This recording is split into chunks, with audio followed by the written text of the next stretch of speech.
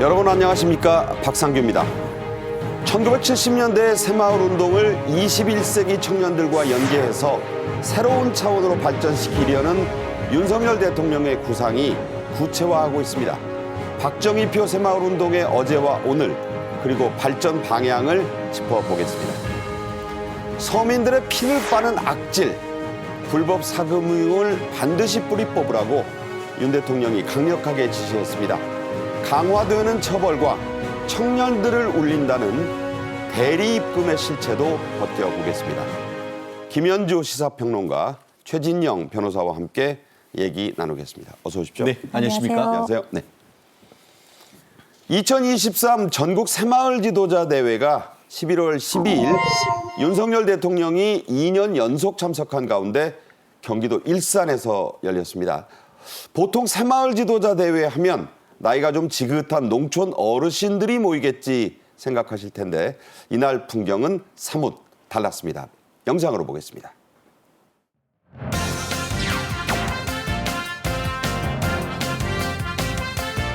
고도 성장을 일구어낸 바로 이 새마을 정신을 지금 되새겨 혁신과 창의로 뭉쳐야 합니다.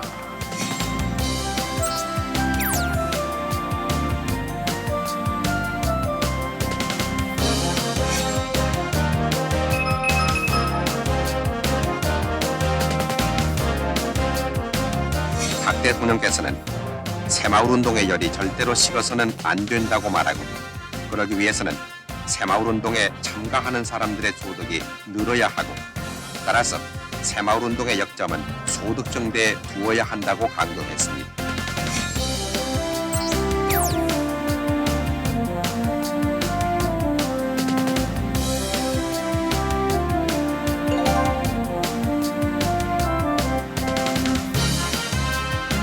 저는 우리 청년들이 새마을 운동의 글로벌 확산을 이끌어낼 것이라고 믿습니다.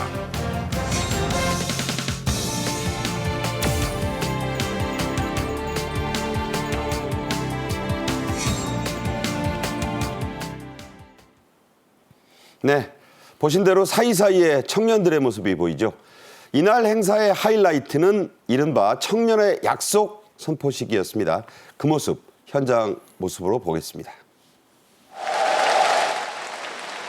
네, 2023 전국 새마을 지도자 대회 청년의 약속 선포식인데요. 일산 킨텍스였습니다. 윤 대통령이 입장해서 국민의힘 대표 등과 악수를 했고, 국민의례 때 윤 대통령의 왼쪽에, 사진 오른쪽에도 청년이 보이고요. 시상식이 있었습니다. 유공자에 대한 시상입니다. 네, 이어서 대통령님과 기념사진 촬영을. 존경하는 국민 여러분, 전국의 180만 새마을 가족 여러분, 2023년도 전국 새마을 지도자 대회와 청년 새마을 연합회 출범을 알리는 청년의 약속 선포식 개최를 축하드립니다. 네, 최진영 변호사는 경북 구미가 고향인 걸로 제가 알고 있고, 새마을 운동에 대한 감회가 좀 남다르실 것 같아요. 박정희 전 대통령 이후 현직 대통령이 이 새마을 전국 지도자 대회에 2년 연속 참석한 것 자체가 처음이죠? 그렇습니다. 저도 어릴 때 우리도 한번 잘 살아보세 네. 했던 기억이 너무 생생한데요. 말씀하신 것처럼 그 현직 대통령으로서 새마을 운동 지도자 대회에 연속 작년에도 오시고 올해도 오신 것은 이번 그 윤석열 대통령이 처음이었다라고 합니다. 지난 12일이죠. 그 경기도 고향에 있는 킨텍스의 이 2023 전국 새마을 지도자 대회 청년 그의 약속 선포식에 참석했는데 네. 참석했는 사람만 해도 전국에서 한 7천 명 정도 왔기 때문에 행사 자체의 규모도 굉장히 컸었다라고 얘기를 하는데요. 아마 옛날에 뭐 저희 어릴 때 도덕 시험에 보면은 근면, 자조, 협동 뭐 이런 그 새마을 운동 정신을 얘기를 했는데 그 정신을 현대의 청년과의 약속으로 해서 새로운 21세기의 비전을 선포하는 자리였기 때문에 특별히 뜻이 깊었고 네네. 거기에서 또 이제 그 새마을 훈장, 새마을 포장, 대통령 표창을 비롯해서 전국에서 그동안 새마을 지도자로서 청년 리더들로서 역할을 해오신 그런 분들에게 어떻게 보면 상을 드리고 치하하는 자리였다고 하는데 정재계의 많은 인사분들이 참석해서 성황을 이뤘다는 후문입니다. 말씀 듣다 보니까 사지선다 세대에게는요. 근면자조 협동에다 자립을 끼워 넣으면 헷갈려가지고 네네. 자조가 아닌 자립을 택해서 틀린 친구들도 있었고 생각이 납니다. 저는요 금면을 금연이라고 써서 틀린 적도 아직까지 기억납니다. 네, 추억의 얘기입니다. 자, 아시는 대로 이 새마을운동은 고 박정희 전 대통령의 작품입니다. 1975년 12월 20일, 지금부터 49년 전에 열린 전국 새마을 지도자 대회로 가보겠습니다. 전국의 새마을 지도자와 새마을운동 관계자 등 7,500명의 박수를 네, 받으면서 1975년 대통령께서 입장했습니다. 12월 20일이니까 꼭 49년 전이 한 달 정도 이날 경기도 용인의 안 된 그런 때인데요. 새마을 그때 저 모자 아주 유명했죠? 63명에게 새마을 훈장을 달아주고 서울 영등포에 사는 보기락 씨 등 17명에게는 새마을 포장을 달아주었습니다.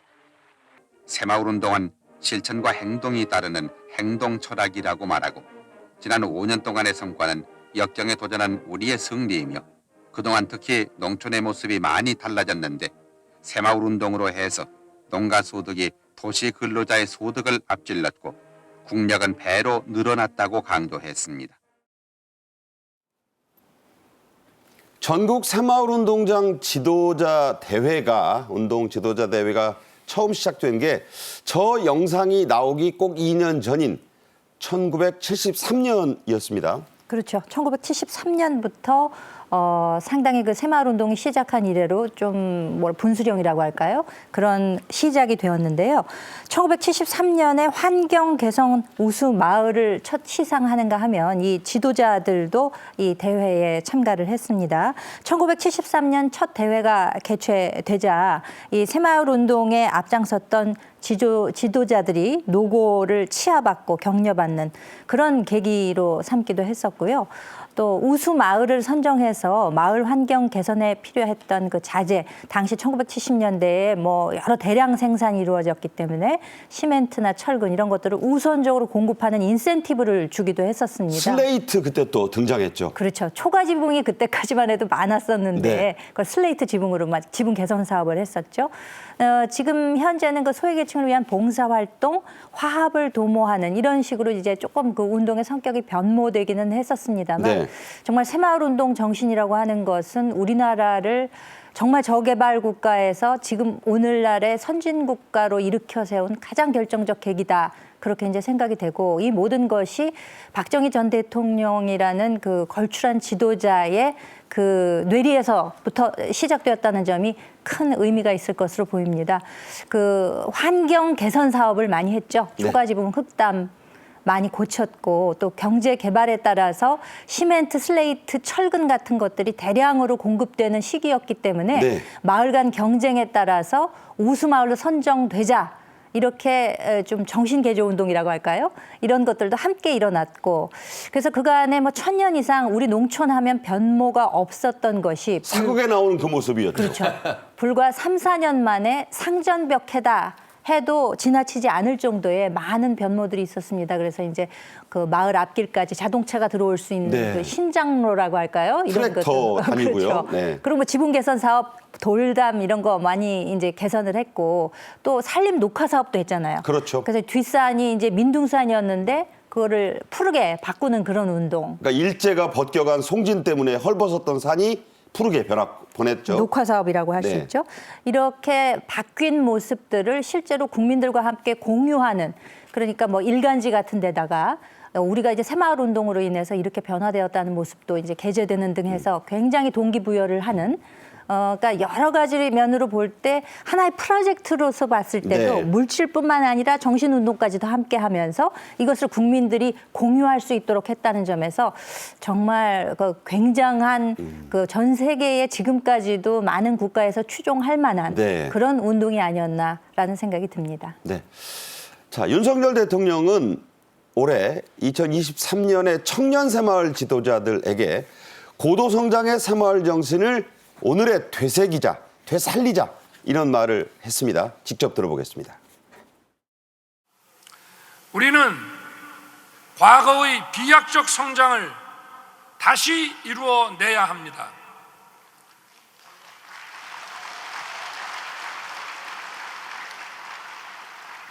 그러기 위해서는 과거 고도 성장을 일구어낸 바로 이 새마을 정신을 지금 되새겨 혁신과 창의로 뭉쳐야 합니다. 저는 우리 청년들이 새마을 운동의 글로벌 확산을 이끌어낼 것이라고 믿습니다.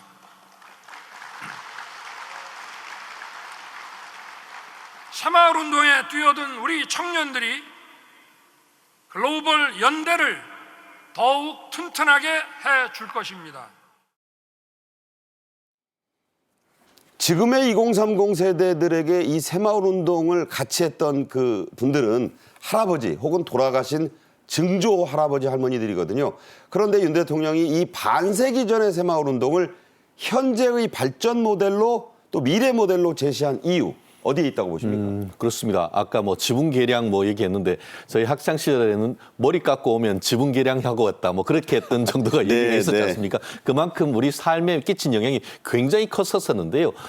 사실 그 일제 시대와 6.25를 거치면서 패배 의식이 굉장히 컸었지 않습니까? 네. 그것을 우리도 한번 잘 할 수 있다. 한마디로 우리도 한번 잘 살아보세. 이렇게 얘기를 하면서 그것을 구체적으로 구현해내는 운동이 새마을 운동이고 네. 그때의 그 실천 강령이 근면, 자조, 협동이었는데 네. 그것을 21세기에 맞게 변형해서 이번에 그 말씀하신 것처럼 청년 그에 대한 어떤 그 비전을 선포를 했었는데요.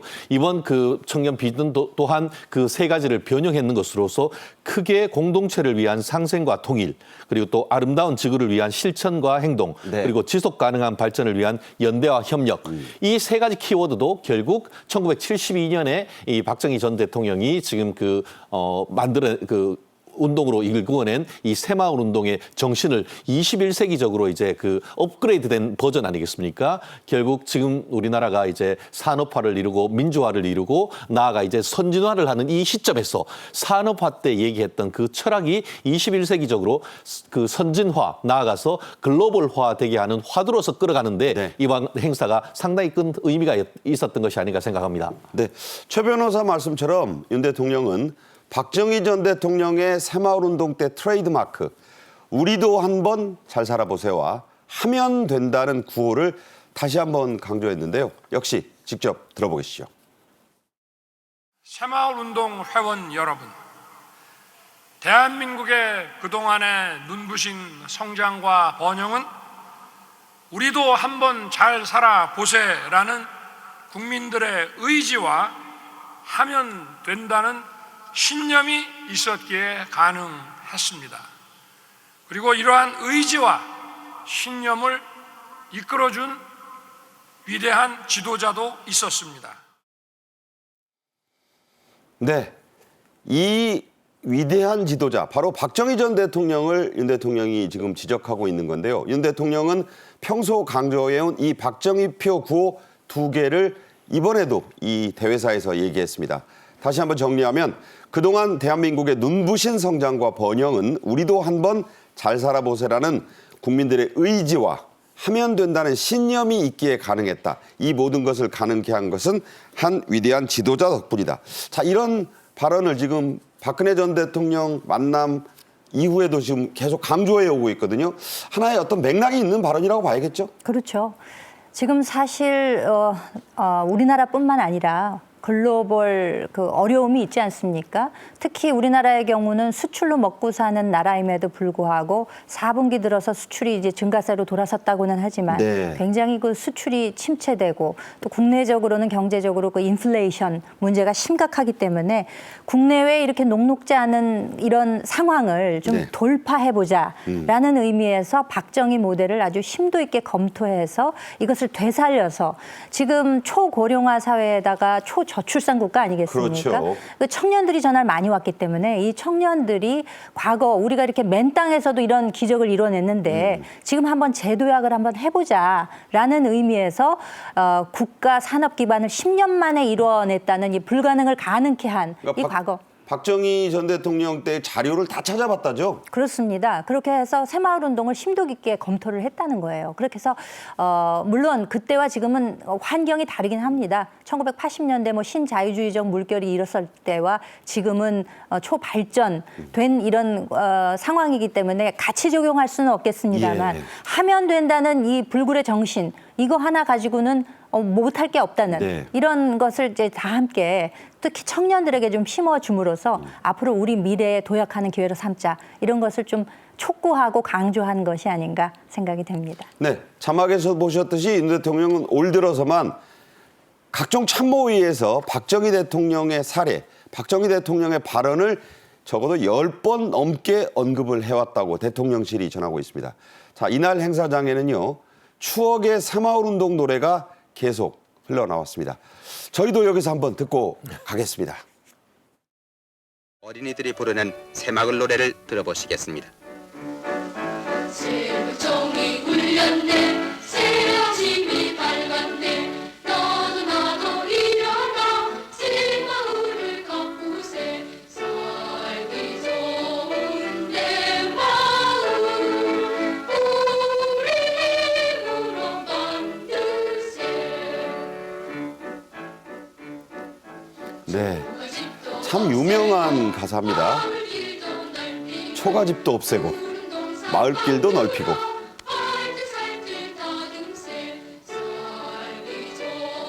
대관령 목장에서 찍은 것 같아요. 네, 저분들 지금 뭐 다 할아버지 할머니 되셨겠죠? 네.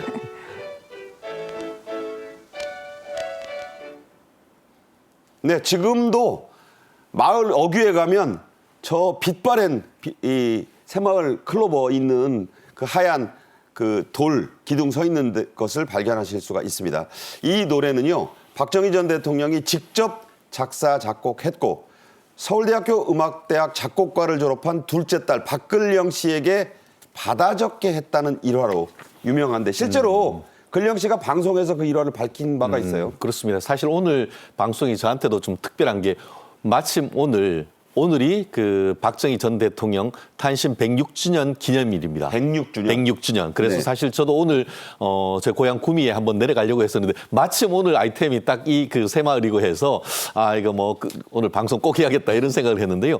지금 말씀하신 것처럼 1972년 4월 21일이 새마을 노래 탄생 기념일이라고 합니다. 네. 근데 지금 얘기를 들어보면 아시다시피 박정희 전 대통령이 초등학교 선생님이셨습니다. 그래서 풍금, 옛날에 풍금도 직접 치고 실제 그래서 작사 작곡을 제법 많이 하신 걸로 알고 있습니다. 문경수학교 선생님이었죠. 그렇습니다. 예, 그렇기 때문에 그런데 또 마침 또 그 음악적 재능을 또 따님이 지금 물려받으셨는지 그때에 이제 서울대 음대 작곡과를 졸업했던 박근영 그 영예에게 아빠인 그 박정희 대통령이 야, 너 오선지에 여기 콩나물 대가리라고 하지 않습니까? 이렇게 네. 이렇게 악포 있는 거를 표현이 그랬다고요? 그렇게 얘기를 하면서 그거 내가 콩나물 불러줄 대가리. 테니까 네가 한번 좀 써봐라라고 해서 그 곡도 불러주고 또 이 작사하는 내용도 불러주니까 그 자리에서 또 전문적인 식견이 있는 그 영예 그 박근영 씨가 그 내용을 하나하나 써서 이 노래를 아주 짧은 시간 내에 다 그 완성시켰다 하는 그런 내용이 있는 것 같은데요. 결국 이 내용을 보면은 초가집도 없애고 또 아침에 일찍 일어나야 되고 또 나 혼자 만드는 게 아니고 함께 힘으로 스스로 만들자. 아까 얘기했던 근면, 자조, 협동 그 새마을 정신이 그대로 녹아있는 아주 나름대로 제 어릴 때는 정말 뭐 입에 술술 나왔던 그런 곡이었던 것 같습니다. 네. 박정희 전 대통령은요, 자신의 작품인 이 새마을 운동에 임기 내내 심혈을 기울였습니다. 51년 전입니다. 1972년 4월에 경북 영천 청도, 지금 이만희 국민의힘 사무총장 지역구인데 공교롭게 이 새마을 사업의 현장을 박정희 당시 대통령이 둘러보던 모습 직접 보시겠습니다. 전국적으로 펼쳐지고 있는 새마을 사업 현황을 살피기 위해 박정희 대통령은 경상북도 영천과 청도 등 새마을 사업 현장을 둘러보았습니다. 이 마을은 마을 지도자 양내철 씨를 중심으로 58가구 370여 명 주민들이 한마음 한뜻으로 새마을 사업을 시작해서 지붕 개량을 서두르고 부업으로 농가 소득을 올리는 등 두드러진 성과를 거두고 있습니다. 네, 경제개발 5개년 계획을 몇 번 했고 또 이 새마을 운동이 겹쳐지면서 이른바 쌍끌이 효과가 났는지 우리나라는 1977년에 마침내 수출 100억 달러, 1인당 국민소득 1000달러를 달성했죠. 그때 대단하지 않았습니까? 저는 아직도 잊혀지지 않는 게 1977년에 그 수출 100억 불 탑이 세워졌었어요. 그렇습니다. 그걸 봤던 기억이 아직도 생생하거든요. 네. 그러니까 60, 70년대 그 수출 실적 추이를 보게 되면 특히 70년대 들어서서 수출 증가세가요. 연평균 25%였다고 합니다. 대단하죠. 이거는 뭐 당시로서는 고도성장이라는 표현을 썼습니다만 지금 기준으로 보면 초초고도 성장이었던 거죠. 지금 뭐 2% 성장하기도 힘든 지경 아닙니까? 그렇죠. 그런데 이게 당초에 수출 100억 달러, 국민 1인당 소득 그 1000달러 이것을 목표로 했던 게 80년, 81년 이랬대요. 네. 근데 그것을 3, 4년 앞당겨 가지고 이제 달성을 했던 77년에. 거죠. 그렇습니다. 그래서 1967년에 일본에 이어서 아시아에서는 두 번째로 이 목표를 달성한 국가가 됐던 것이죠. 예. 정말 우리나라는 수출을 해야만 먹고 살 수 있다. 수출만이 살 길이다. 이렇게 이제 정부가 주도해서 앞에서 끌어주고 또 근면한 국민이 스스로 노력해서 열심히 뒤에서 받쳐주고 그렇죠. 일종의 뭐 계획 경제 측면이 없지 않아 있었습니다만 네네. 당시에 그것이 가능했었기에 1961년 그러니까 처음 임기 시작했을 박정희 대통령 첫 해에 1인당 국민소득이 불과 82달러였습니다. 아무리 그 가격 변동이 있대지만 우리 돈으로 뭐 정말 얼마 안 되는 돈이었잖아요. 새 빈국이었을 뿐더러 북한과도 체제 경쟁을 했던 그런 시기였으니까요. 그런데 1979년에 이르러서는 이것이 1647달러로 급증을 했다고 하니까 네. 정말 상전벽해라는 말이 우리 그 환경에만 적용되는 얘기가 아니라 네. 우리 경제에서도 수치로 드러났던 것이 아닌가 싶습니다. 네. 저랬던 그 발전의 정신을 되살려보자. 청년들을 중심으로 되살려보자는 게 윤 대통령의 강조점, 지향점이었습니다. 이 새마을 운동은 이후에 세계로 수출이 됐죠. 경상북도를 예로 들었을 때 지난 2005년부터 베트남과 새마을 시범마을 조성 협약을 맺었는데 지금까지 90나라 넘게 100개 가까운 나라에 이 새마을 운동을 수출했다는 거죠? 그렇습니다. 우리나라가 도움을 받는 나라에서 도움을 주는 나라로 지금 바뀌었다는 것이 구체적인 수치로 지금 나오는데요. 특별히 지금 말씀하신 것처럼 경상북도에서 새마을 외교를 활동을 굉장히 많이 하고 있습니다. 그래서 이제 그 2005년부터 시작됐는데 베트남의 그 시범 마을을 조성한 이후에 베트남, 라오스, 필리핀 이런 데 동남아시아뿐만 아니고 네. 우즈베키스탄, 키르기스탄 등 중앙아시아까지도 지금 지원이 되고 있고 나아가 이제는 아프리카까지 나가고 있는데요. 아프리카의 이티오피아, 루안다, 탄자니아 등 같은 경우에도 한 7개국 정도의 16개의 새마을 시범마을이 있다고 합니다. 그리고 또 이렇게 시범마을만 한 것이 아니고 전 세계적으로 봤을 때에 한국으로 지금 그 한 4,500명 정도가 직접 와서 한국에서 교육을 받았고 또 현지에서도 한 4,5천 명 정도가 또 새마을 운동의 어떤 교육을 받아서 현지에서 말 그대로 이제 그 한국의 새마을 운동을 실천하고 있는데 이 분들이 면면을 보면은 장난이 아닙니다. 네. 실제로 지금 보면은 스리랑카의 행안부 차관 그리고 또 중앙아프리카 공화국의 대통령 비서실장 그리고 캄보디아 같은 경우에는 새마을 운동 회장 또 이렇게 해서 각 그 아시아와 아시아 또 아프리카의 정부 고위 관계자들이 이런 일을 하고 있기 때문에 결국 전 세계적으로 글로벌 네트워크의 K 문화 네. 그리고 이제는 뭐 K 새마을 운동이라고 할 수 있는데 지한파를 만들어내는데도 상당히 큰 역할을 하고 있는 것이 바로 이 새마을 운동 아니겠습니까? 네. 이런 새마을 운동을 청년 세대와 결합해서 업그레이드하자. 이런 얘기가 오늘의 주제였습니다. 자, 다음 주제로 가겠습니다. 요즘 빈대 때문에 난립니다. 빈대하면 생각나는 게 사람의 피를 빠는 못된 흡혈 해충이라는 거죠. 그런데 그런 해충이 사람들 사이에도 제법 있습니다. 바로 불법 사금융 업자들입니다. 윤석열 대통령은 이 서민들의 피를 빠는 이 악질들을 반드시 뿌리 뽑으라고 강력하게 지시했는데요. 윤 대통령은 지난 9일 불법 사금융 간담회에 참석했습니다. 거기서 나온 강력한 지시 직접 들어보시죠. 고리 사채와 불법 채권 추심은 정말 악독한 범죄입니다. 개인의 삶을 송두리째 짓밟고 인권을 말살하고 가정과 사회를 무너뜨리는 아주 악랄한 암적 존재입니다. 이런 것을 방치하고 완전히 퇴출시키지 못한다면 우리 사회가 자유민주주의 사회라고 하기 어렵습니다. 윤 대통령은 자 보신 대로 악독한 범죄, 악랄한 암적 존재 같은 매우 강력한 표현들을 이 불법 사금융에 많이 있었습니다. 왜 그랬다고 보세요? 그만큼 현실이 무시무시하다는 얘기죠. 네. 우리 현실에서 벌어지고 있는 그 상황을 그대로 표현하신 게 아닌가 싶습니다. 사실 이 사금융을 이용한다는 건 어떻게 보면 막다른 골목에 내몰린 처지에 있는 분들이 쓰는 거 아니겠습니까? 그렇죠. 그런데 이와 같은 소시민들에게 이 사금융이라는 것을 도구로 활용해서 마치 노예처럼 인질처럼 이렇게 되도록 만드는 것이기 때문에 이것은 대통령이나 정부가 직접 관여할 상황이다라고 이제 판단을 한 것으로 보입니다. 네. 이와 같은 민생 범죄의 해악이라고 하는 것은 정말 아무리 강조해도 지나침이 없을 것입니다. 약자의 피를 빠는 것과 같은 악랄한 범죄라는 표현인데요. 평생 후회하도록 강력히 처벌할 것을 큰 목소리로 강하게 강조를 했습니다. 그러니까 이게 불법 사금융에 한번 얽히면 노예나 인질이 된다. 그렇죠. 그러니까 이게 뭐 그야말로 한 사람의 인생, 한 가정과 사회를 망가뜨린다 이런 얘기가 되는 거네요. 그렇죠. 뭐 영화화된 작품들도 꽤 있지 않습니까? 뭐 차이나타운 같은 영화도 그렇죠. 그렇고요.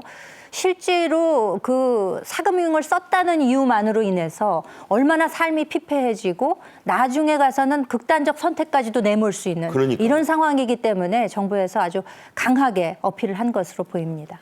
장기 매매 각서를 쓰는 영화도 꽤 있지 않습니까? 그런 얘기를 좀 이제는 칼을 댈 때가 됐다 이런 얘기입니다. 실제 불법 사금융 상담과 신고 건수 해마다 크게 늘고 있죠. 저도 깜짝 놀랐는데요. 그 통계를 보시면은 금감원에 이 내용을 신고하도록 돼 있었는데 실질적으로 그 2019년 같은 경우에는 총 한 2만 7천 건 정도가 됐었는데 그것이 매년 한 24% 가까이 늘어서 한 3, 4년 만인 작년 같은 경우에는 6만 건을 돌파를 했습니다. 그러니까요. 그리고 지금 올해 같은 경우에는 상반기에만 이게 3만 1,600건을 넘어서기 때문에 그러니까 떨어진 게 아니고 그렇죠. 6개월만 상반기만 된 거죠. 네네. 그래서 올 12월까지 하면은 또 작년에 대비해서 더 지금 그 피해 건수가 지금 늘 수 있는 밖에 없는 그런 상황이어서 올 상반기 같은 경우에는 신고 건수가 5년 중에 가장 많다는 건 아니겠습니까? 네. 아마 그러다 보니까 서민의 민생, 안정 이런 취지에서 어떻게 보면은 그 검찰로서 이런 범죄를 그 많이 다스려 왔던 그런 윤석열 대통령 입장에서는 이런 부분에 대해서 민생 안정을 위해서라도 반드시 이와 같은 사금융과 관련되는 그 서민 피해는 막아야겠다라는 그런 의지를 정책적으로 표현한 것이 아닌가 생각합니다. 금감원의 불법 사금융 피해 신고센터에 상반기에 피해 신고가 5년 중에 가장 많다. 자, 이게 이제 변호사시니까 이 불법 사금융은 법으로도 구제할 수 없는 부분이 있죠?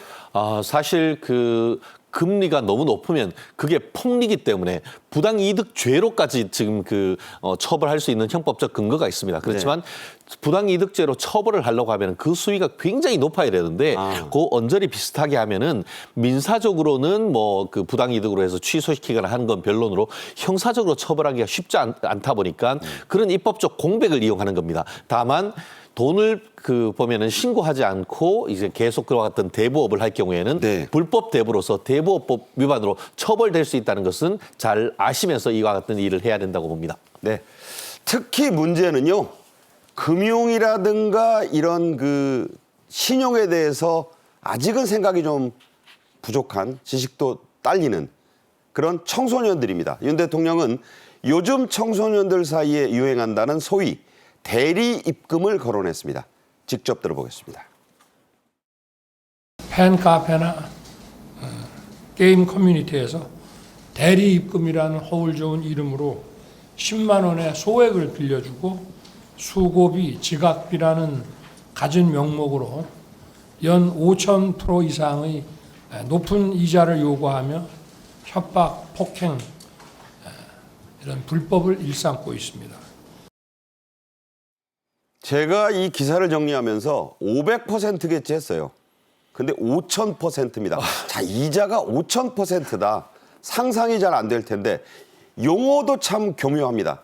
대리 입금. 이게 그렇죠. 뭔가요? 그러니까 대리 입금하면은 그 어떤 불법 사금융을 썼다는 의미보다는 우리가 이제 대리 기사 이런 말들도 많이 하기 때문에 그렇죠. 누가 내 대신 돈을 넣어줬겠거니라는 생각을 하기가 쉽지 저도 않습니까? 그런 생각이 들어요. 그러니까 이게 악용을 한 거죠. 단기간 내에 10만 원 이하 정도의 아주 그 소액을 급전이 필요한 사람에게 내가 대신 입금해 줄게. 네. 라는 것으로 하지만 이게 이제 아까도 보셨다시피 5,000%면요.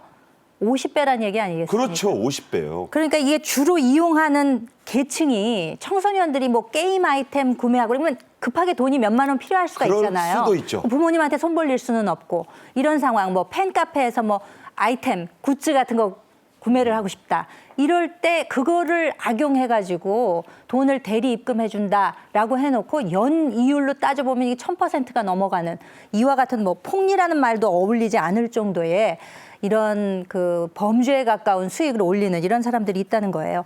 이게 개인 간의 10만 원 이하 거래라고 하는 것은 최고 연 이자율 20%에 제한이 되지 않는다고 합니다. 아하. 이런 거를 악용을 하는 거죠. 그러니까 대출 기간이 7일 이내로 짧기 때문에 어떻게 보면 거기 선뜻 넘어가기가 더 쉬운 거예요. 그러니까 6, 7일 쓰니까 얼른 갚으면 되겠지 하는 쉽게 생각하는 거겠죠. 금액도 얼마 안 되고 네네. 이렇게 생각을 했는데 이게 이제 5,000%로 돌아올 거라는 거는 특히 청소년의 입장에서는 전혀 예상할 수가 없는 상황인 거죠. 네. 설악산 꼭대기에서 주먹만한 눈뭉치를 굴리면 밑에 내려오면 바위가 되는 그런 거를 청소년들은 모를 수가 있잖아요. 자, 이런 문제가 있는데 문제는 이 돈을 못 갚는 청소년들은 디지털 성폭력, 이를테면 여러분들 좀 나이 드신 분들은 잘 못 알아들을 수도 있는데 몸캠 피싱 같은 행위까지 한다고 합니다. 이게 대체 뭔가요? 아, 참 너무 안타까운데요. 우리가 법적으로 봤을 때에 채권을 추심하는 것도 법 규정 범위 내에 있어야 되는데 지난번 IMF를 거치면서 채권자들이 채무자한테 빚 독촉하는 것이 너무 심하다 보니까 그걸 규제하는 법을 만들었습니다. 그게 네. 채권의 공정한 추심에 관한 법률, 채권 추심법이라는 게 있습니다. 그렇기 네네. 때문에 그것 같은 경우에는 대표적으로 심야에 집에 가가지고 돈을 달라라고 독촉하지 못하도록 되어 있습니다. 밤중에는 가서 빚 독촉 안 된다. 그렇죠. 그리고 또 집에 와서 계속 띵동띵동 뭐 두드리면서 불안감을 조성하는 초인종. 것들도 네. 예, 그것도 못하도록 돼 있습니다. 그리고 실제 지금 그 법원의 판례에 보면은 돈 안 갚는다고 마구 그냥 집에 들어가가지고 돈 내놔라 하는 것은 경우에 따라서는 그게 이제 그 주거 침입으로 지금 처벌되는 그런 사례도 있습니다. 그만큼 이 사안 자체가 물론 채권자의 어떤 돈을 받아야 하는 것도 중요합니다만 그 받는 과정에서 추심하는 과정에서 공정하게 돈을 받아라 이런 내용이거든요. 그렇기 때문에 좀 전에 얘기하는 것처럼 막 공포감을 조성한다든가 돈 안 주면은 뭘 어떻게 해코지를 한다든가 그러니까 저 몸캠 피싱은 그렇죠. 참 듣기에도 좀 그게 민망해요. 뭐냐면은 한마디로 저런 거하고 비슷한 거예요. 옛날에 샤일록이 너 돈 못 갚으니까 이 그 살 한 근 달라라고 하듯이 네. 아이들한테 너 돈을 못 갚으면은 대신에 네 벗은 몸 찍어서 네 보내라. 벗은 몸을 카메라로 찍어서 그걸로 보내라라고 네. 하는데 아이들이 뭘 아나요? 그러니까 안 갚으면 무슨 큰일 날 것 같고 아빠한테 내가 빚진 거를 얘기하다가 했다가는 혼날 것 같으니까 그런 일에 휘말려 가지고 어떤 그 디지털 성범죄에 노출되는 그런 일들이 비일비재하단 말이에요. 그렇기 때문에 이 부분에 있어 가지고는 정말 아이들의 어떤 경제와 아이들의 성보호를 위해서라도 이 부분에 대해서는 어떤 엄격한 지금 어떤 법 집행이 필요한 것 같은데 여러 가지 지금 뭐 보이스피싱이나 이런 얘기는 하고 있습니다만 이와 같이 어린 아이들에 대해서 대출금을 해주고 그것을 빌미로 해서 폭행, 협박, 성범죄를 이끄는 이런 부분은 애초부터 아주 엄단할 필요가 있는 그런 범죄인 것 같습니다. 말씀하신 베니스의 상인의 그 샤일록이 유대인 고리대금업자인데 1g도 모자라거나 더하지 않게 떼가는데 피가 나도 안 된다라는 말에 아주 그냥 그 경악을 하는 대목이 생각이 또 납니다. 자, 이런 심각한 범죄 반드시 뿌리 뽑으라고 윤 대통령이 관련 각 부처들에게 강력하게 지시했습니다. 직접 육성으로 들어보시죠. 불법 사채업자들의 범죄 수익은 차명 재산까지 모조리 추적하여 환수하고 특히 국세청은 광범위하고 강력한 세무조사로 불법 사금융으로 얻은 수익을 단 1원도 은닉할 수 없도록 조치해 주기 바랍니다. 환수된 범죄 수익을 피해자들의 구제에 사용할 수 있는 방안을 비롯하여 피해자들이 정신적, 육체적 고통을 배상받을 수 있도록 다각적인 방안을 함께 강구해 주기를 당부합니다. 자, 들으신 대로 윤 대통령이 여러 그 강화 조치들을 지시했는데 자, 좀 소개해 주시죠. 일단 민형사상의 처벌 수위를 높이겠다라는 강력한 의지입니다. 저 자리가 이제 금융감독원에서 민생현장 간담회가 열렸던 자리인데요. 이 불법 사금융에 대해서는 이게 이제 단속을 하게 되면 좀 느슨해졌다가 네. 이게 조금 좀 단속이 덜하는 것 같다라고 하면 독버섯처럼 다시 네. 활기를 친다는 말 거예요. 그대로 독버섯이네요. 그렇죠. 그러니까 국세청이나 검찰, 경찰, 또 금융감독원 이런 해당 기관들이 정보를 공유하는 네트워크를 구축하는 그런 시스템을 만들어서 앞으로 강력하게 처단을 하겠다는 겁니다. 예. 처벌 수위를 높이겠다는 것인데 실제적으로 형사상으로 보면은 그 처단 수위를 높인다. 그러니까 이제 암적 존재라는 이런 기조 아래 양형 기준도 높이고 네. 범죄 수익이 생겼을 경우에는 민사상 이것을 이제 박탈을 하겠다는 것이죠. 그 표현을 1원도 못 숨기게 한다. 그렇습니다. 그러니까 불법적으로 취득하게 된 이런 재산에 대해서는 이것을 인정하지 않고 끝까지 추적해서 환수를 하겠다라는 강한 의지를 보인 것인데요. 방금 말씀하셨다시피 1원도 불법 사금융을 통해서 얻은 수익에 대해서는 숨기지 못하도록 이렇게 이제 강력하게 조치하겠다는 것입니다. 네. 이 빚받아드립니다라고 어디 차 타고 가시다 보면 현수막에 있잖아요. 그게 이 채권 추심입니다. 채권을 추심하는 과정에서 공포를 주거나 불안감을 지속적으로 주는 행위도 불법이라고 했는데 금감원도 이걸 불법으로 보고 있죠? 그렇습니다. 그 말씀드린 것처럼 이제 불법 사금융, 단순히 뭐 금감원이 불법이라고 해서 그런 것을 넘어서 아까 제가 말씀드린 것처럼 채권의 공정한 추심에 관한 법률이라는 것이 있습니다. 그것이 아까 말씀드린 것처럼 이제 IMF 때 갑자기 이제 그 경제 사정이 나빠지면서 돈을 못 갚게 되니까 뭐 밤낮 와가지고 이제 뭐 업계들이 막 그냥 띵동띵동 하면서 직장까지 찾아오고 그렇게 해서 불법적인 채권 추심이 있었거든요. 장사도 못하게 하고. 그렇죠. 뭐, 네, 예. 그래서 뒤집고 뭐 그런 영화에서 쉽게 본 것 아니겠습니까? 그런 부분이 있었기 때문에 서민들의 어떤 민생 안정 이런 취지에서 채권의 공정한 추심에 관한 그런 법률이 지금 그 제정이 돼 있고 말씀드린 것처럼 어떤 야간의 추심 행위라든가 아니면 평소에 지속적으로 이제 휴대폰 전화를 한다든가 네. 어떻게 보면 그 카카오톡 같은 걸 계속 보내가지고 돈을 독촉한다든가 그런 부분 자체들 다 규제를 하고 있습니다. 아하. 그렇기 때문에 우리가 돈은 성실히 갚아야 되는 건 맞습니다. 그렇지만 그럼에도 불구하고 어떻게 보면은 사람이 일상생활을 해야 되는 그런 부분이 있다 보니까 경우에 따라서는 그런 부분과 관련해 가지고 지나친 불법 채권 추심에 대해서 형사 고소할 수도 있고 그리고 경우에 따라서는 저희 최종적으로는 정말 갚기 위해서 최종적으로 애를 쓰다가 그럼에도 불구하고 이게 갚지 못할 경우에는 법적으로 개인 파산을 한다든가 아니면은 정기적인 고정 수입이 있을 경우에는 회생 신청을 해가지고 채무를 탕감받는 그런 부분도 인근에 있는 법률 전문가들과 상의하는 그런 노력이 필요한 것이 아닌가 생각합니다. 네. 빚을 받되 사람이 살 수 있게는 해줘야 된다는 게 이제 그 하나의 그 가이드라인이 되겠습니다. 한동훈 법무장관도요, 불법 사금융에 대해서는 엄정한 태도를 보이겠다고 했습니다. 스토킹 혐의까지도 적용하겠다 이런 방침이 나왔는데, 자, 한동훈 법무장관 얘기 좀 설명해 주세요. 그러니까 불법 채권 추심 행위에 대해서는 정말 철저하게 수사를 하겠다. 그래서 엄중하게 처벌하겠다라는 의지를 보이는 것이고요. 사건 처리 기준, 그러니까 구형을 상향하는 것을 적극적으로 검토하겠다. 네. 그리고 이제 빚을 갚으라라고 이제 독촉하는 과정에서 그 피해자나 동거인 가족들에게 지속적이면서 반복적으로 불안감이나 공포감을 주는 경우, 이거는 스토킹 범죄와 다를 게 없지 않겠습니까? 스토커다, 그거는. 그렇습니다. 네. 그래서 스토킹 처벌법으로 다루겠다라는 얘기죠. 대통령이 강력한 지시를 내렸기 때문에 국정기조의 일관성 차원에서 해당 주무부처라고 할 수 있는 법무부가 나선 것인데요. 한동훈 법무부 장관이 이제 대검찰청에서 이와 같은 지시를 내렸습니다. 불법 사금융에 대해서는 스토킹 처벌법을 적용하겠다라는 의지를 이제 같이 한 것인데요. 악질적으로 불법 추심하는 경우에는 구속 수사도 마다 않겠다. 아하. 이런 원칙을 세웠습니다. 예. 스토킹 혐의까지도 이제 여기에다가 적용이 된다면은 적용을 시키겠다라고 한 것이고요. 불안이나 공포를 주는 빚독촉, 이것은 무관용으로 처벌을 하겠다라고 이야기를 한 만큼 앞으로 이제 스토킹 처벌법에 관해서는 한동훈 장관 본인이 이 이외에도 강력하게 조치하겠다라는 뜻을 표한 바가 있기 때문에 불법 사금융과 관계된 이 스토킹 혐의에 대해서도 강력한 조치가 취해지지 않을까 싶습니다. 네.